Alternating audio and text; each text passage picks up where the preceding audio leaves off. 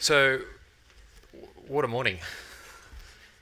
I actually really commend the organising committee for organising a debate like this. I think um, many times in science there's debates and they happen behind closed doors or on Twitter, sometimes behind not real accounts too. So I actually commend the team for doing it, and I pass on my humble thanks for Franco for doing it in person. And I think that's it's really important. Now, debate exists everywhere. Now, half this conference is on hip and groin, and I'm sure those hip and groiners out there would have an equal debate.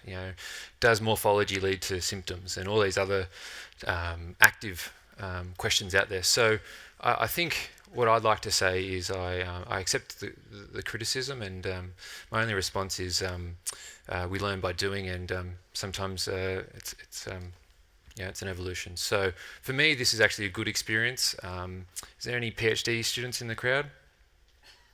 A few nods. Just be aware of when you're actually criticizing an approach or something that is actually done in a manner that was meant to be helpful. For me, I don't regret what I did. For the last 3 years, I've had some of the best discussions with sports scientists at work because I wrote that. Was it a bit strong? Yeah, but our original response was actually 2,000 words, and the editorial team reduced it down and down and down and down until it became quite succinct, almost to the point of being overly succinct. So I think we need to be aware of the context that things are placed in. So that's all I'm going to say on that, but I do thank both Franco and the organisers for putting this on, because it's a good debate to have, and it's not while the topic is localised to this, I think there's debate throughout science, so thanks again. Jerry mentioned my new role, so it's one of those things that everyone asks me, what is an athlete availability program? And the simple answer is no one wants to do prevention. We talk to coaches and they say, I've done prevention, doesn't work. What they're probably saying is the way that we did it didn't work, but prevention in itself is not failed. And so athlete availability was born out of an advice from a coaching group of what to call this thing. And what do? We look at health systems. We look at how a sport funds clinical services. Is it fee for service or is it salaried? Do the athletes trust their healthcare system? We go into all facets of health determinants, from energy availability, nutrition, resting metabolic rates, to full psychological interviews. So we're actually diagnosing psychiatric disorders rather than symptom checklists. So we do quite a range of things. And so today I'm talking about loads being the environmental piece. But please do not tweet or take it from me that I think this is everything. It's an important piece, and I'll explain why. So let's get into it, hey? I'm going to skip that slide because I've already talked on it. Causation. At the heart of a lot of this debate is something a cause, or is it an associative thing? We hear very commonly and actively in the training load debate, association doesn't mean causation. But we also need to understand sometimes it does. And today I'm not here to convince you that yes or no. I'm just going to present some of the causal frameworks that have been done in the last 60 to 70 years and how they relate to the training load piece, and particularly into the overuse piece. So in the 1950s, there was a statistical biological inference theory put up that, if you assess a biology thing, then you can make an inference beyond that. So because the mechanisms hold, then we can make an inference that mechanistically this will give you causation. Then Bradford Hill in 1965 famously had an address at an event, and he put out 9 causal guidelines. And I'll talk on these today. I'll only talk on 8 though. A little bit later, the sufficient component cause model. So this was done by Rothman, and he said how things interact. You probably need all the pieces of the puzzle together to get the outcome. And so exposure alone won't give you the disease. You have to have that susceptibility model. Talking about counterfactual logic, this is the heart of our risk factor research, and it's only one element of what is causation. And it's part of the confusion that comes out of this. Ecological causal thinking. So this expands it a little bit more to beyond the mechanisms, the direct causal features, such as obesity and food supply, that your environment and all these other pieces of your socio-ecological system are causal features, but they may be not direct causal features. Complex systems. So now we're getting into a little bit more of the sports research. And so, the great studies in the last couple of years around complex systems, and I think that's the direction we should be heading. And finally, systems ergonomics. So how do all the parts fit together, and how do they interact? Because you can't actually think of components without the other part. I always say there's no point asking the question of what's more important, tyres or brakes on a car. You kind of need both to go somewhere. You definitely need them both to stop. So to actually break it down into the individual components on a simple sniff test doesn't really hold. So let's look at the Rothman sufficient component model first. So factor A, whatever factor. And so if you're here for the hip piece, think about morphology or whatever factor you want in hip pain. If you've got factor A, you will get disease, whatever disease is. And I use disease as sports disease, that is injury or illness in any manner. So please just take it as a generic term that I'm using. In this, factor A is both sufficient and necessary to cause the disease. It in itself can cause the disease, and you must have it to get the disease. In reality, these are almost never existent. Probably the only ones that I could think of, and what I did search up, would be like a genetic disorder where a certain chromosome or a certain thing is missing, and therefore you are fundamentally different. Other than that, it's very rare. The next option is you have three factors, whatever these are, but combined, they'll lead to disease. And in this model, each factor is necessary, but in itself not sufficient. You need all three to do it. So we're starting to see a little bit of that multifactorial etiology here. And this is not just a multifactorial sort of regression analysis or whatever. These are components, characteristics that must be present to get the disease. The next piece is you've got factor A leading to disease. So it's almost the same as that first model. But now we have factor B, which also can give you the disease. And there potentially is a factor C that gives you the disease as well. So in this, each factor is sufficient, but not necessary. So if you don't have factor B, you can still get it through A or C. And so there's a different causal relationship to an outcome there. And lastly, we have factor A and B combining, or C and D, or E and F. And so in this model, they are neither sufficient nor necessary to get the disease. There's multiple ways to get the same outcome. So just park that for a moment, we'll come back to it. The next one is these Hill's causal guidelines. So there's 8 that he talked about. The one I'm not going to talk about is specificity of association. It's the principle that a smoking company will use in court of law to say that smoking doesn't cause cancer, because the specificity of association is one cause, one disease. So smoking causes 9 cancers, so therefore smoking can't just cause lung cancer. There must be other things in it. And so it's the most debatable of them all. So I'm just going to avoid putting more debate into a debate. Temporality. So which comes first? Factor A, whatever factor it is. If we're saying factor A leads to factor B, simply factor A must precede B. It's very hard to say there's a cause if it's after the event. Simple, right? So here's that case study in question. I've rebadged it just to make it a little bit clearer. What we see here is training load, and throughout the presentation I've got a couple of case studies, and I've removed all units, and I've removed any algorithms as well, because at the moment I think they're clouding the debate. So we've got training load. This is internal loads if you want to know it, and it's a Saylor. Why do we use internal loads? Because currently there's no external load for us to measure their dosage. Day across here, so each bar represents a single day and the total work in a single day. The red is where they got injured, and you can see here there's a large increase a couple of days prior to injury. And this was an overuse injury in this time, which is it was intersection syndrome. Anyone that's worked in rowing would have seen this, and the only other people other than rowing that I've seen is sailors. So you can see that there's not a lot of work, and then there's some work. Take it for what it is. It's a case study. I'm not trying to change the world with it. This is another case study, so I give credit to the West Coast Eagles, who we've worked with, and I've got a few publications in that. And this is a really highlighting the reality of this as well. It's very common that we see 2 injuries followed by a third. So almost all injuries are subsequent injuries in elite sport. It's very rare that you've had someone that has never had an injury. And in fact, when we model this, 80% of injuries are usually an injury to a different type and a different site. So they're not even ankle to ankle or hamstring to hamstring. There is some causal features in here that one precedes the other, but don't confuse that as a direct relationship. It's an indirect causation that in this case, there was 2 injuries and then a gradual build back, and it looks all great, but for whatever reason, this person got a stress fracture there. So we do see that there are some causal features there in temporality.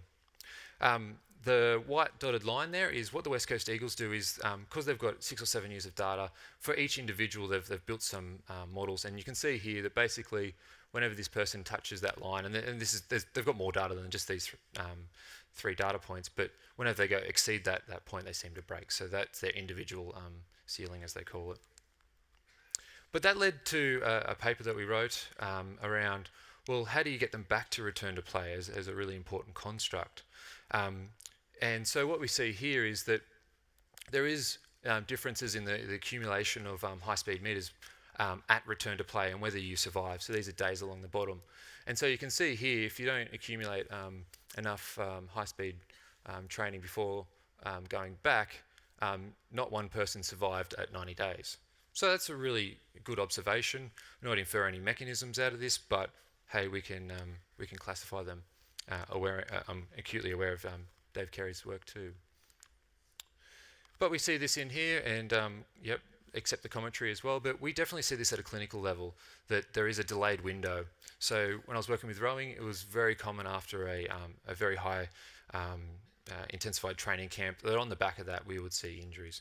And I think any clinicians in the room would say, that someone, take a non-sporting case, they go out and garden and they're just chopping roses.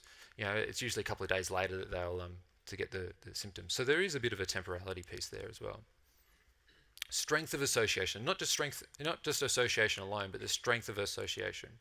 And again, I draw you to the caution about correlation and causation. However, in a couple of pure epidemiology journals, they'll talk around that the stronger the association, the more likely to infer causation. But in itself isn't a piece. But if the 2 things are unassociated, it's very hard to say that there is any causation there as well.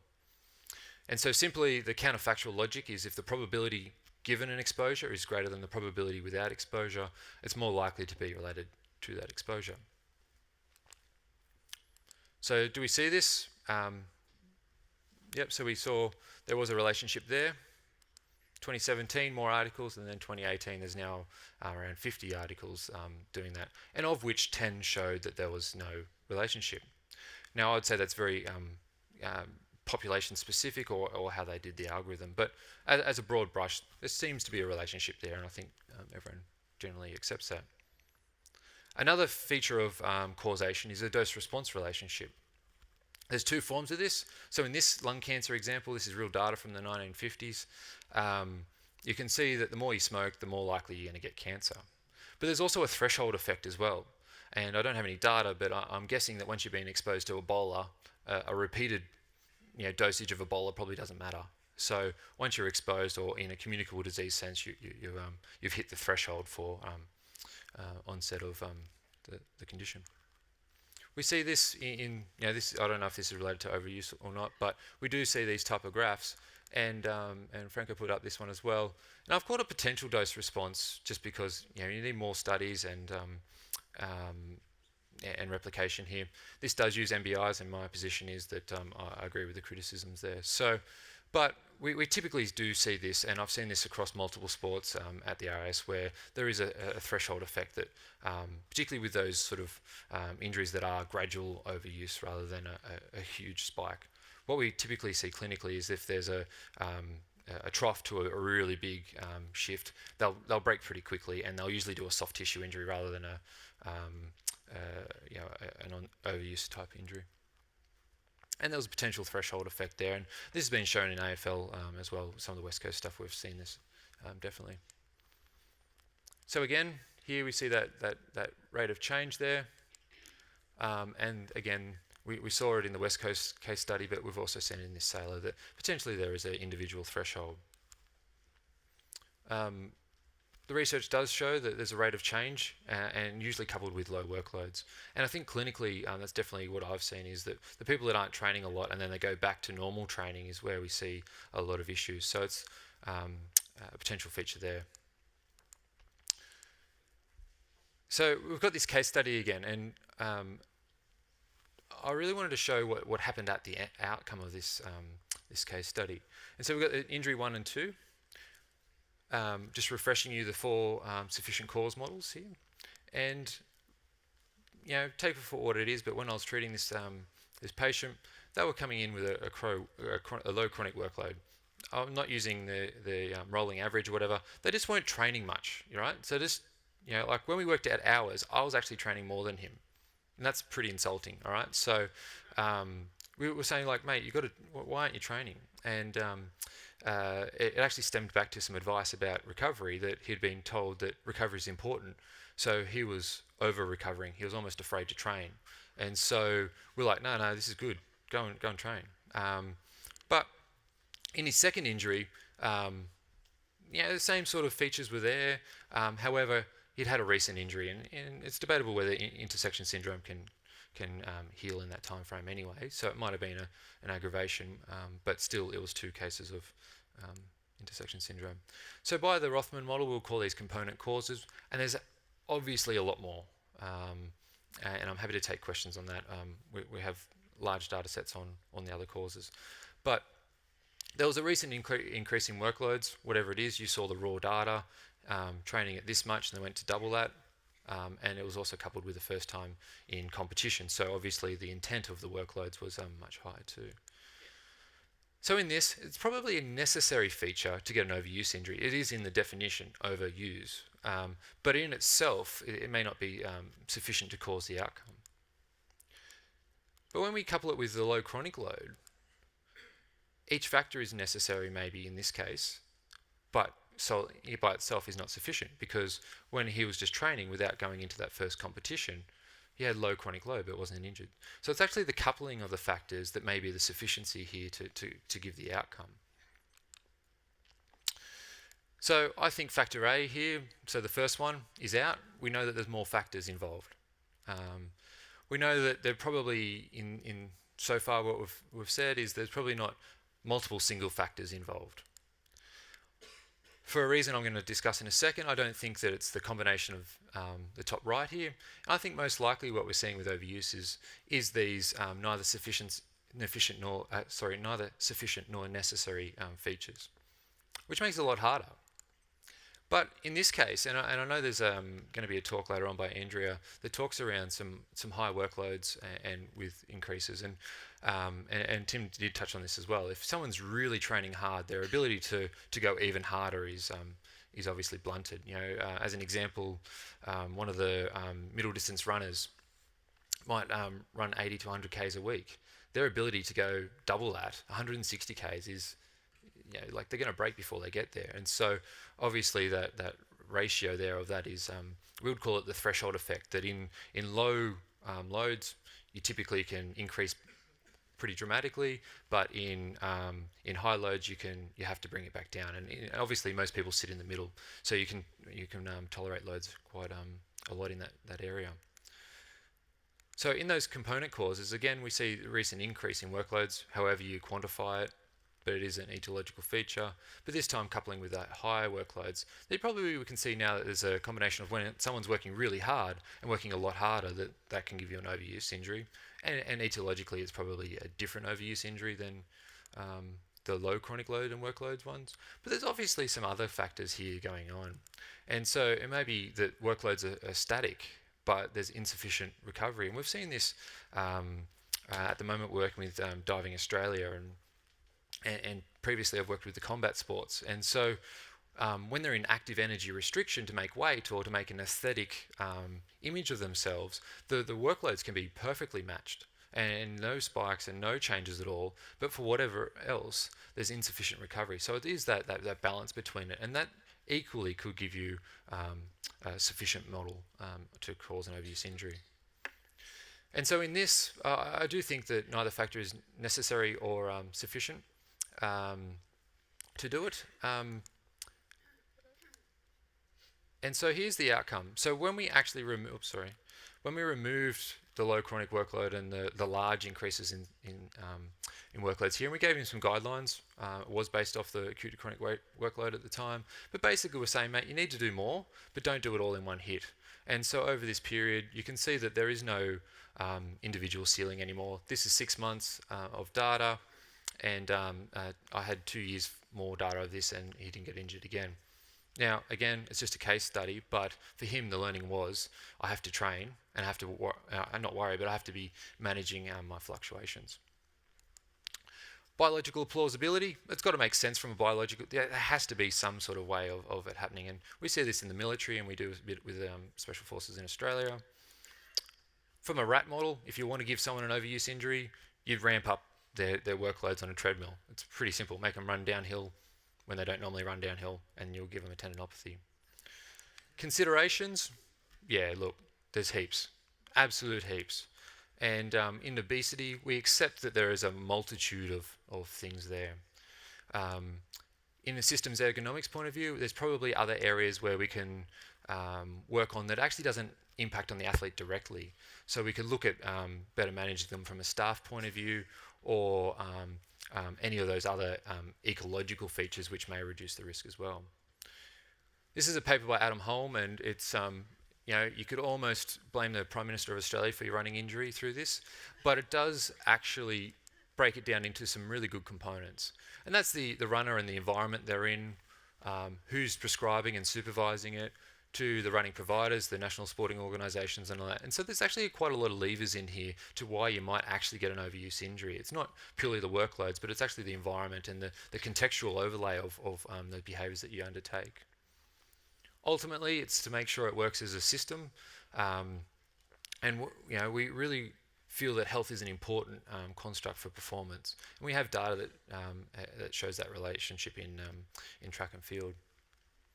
And so lastly, I think the evidence does go towards that a large increase in workloads is a necessary but not solely sufficient factor towards getting getting overuse injuries. It's not a single factor, it has to be coupled with other factors for it to happen. And I think where we should be heading is the debate should be around what are these sufficient component models that actually give you the outcome, and from there then we can look at the better ways to try and remove them. Whether we need to quantify them is almost null and void at that point. So that's me. I thank you for your attention, and thanks again to the organisers for having me over here.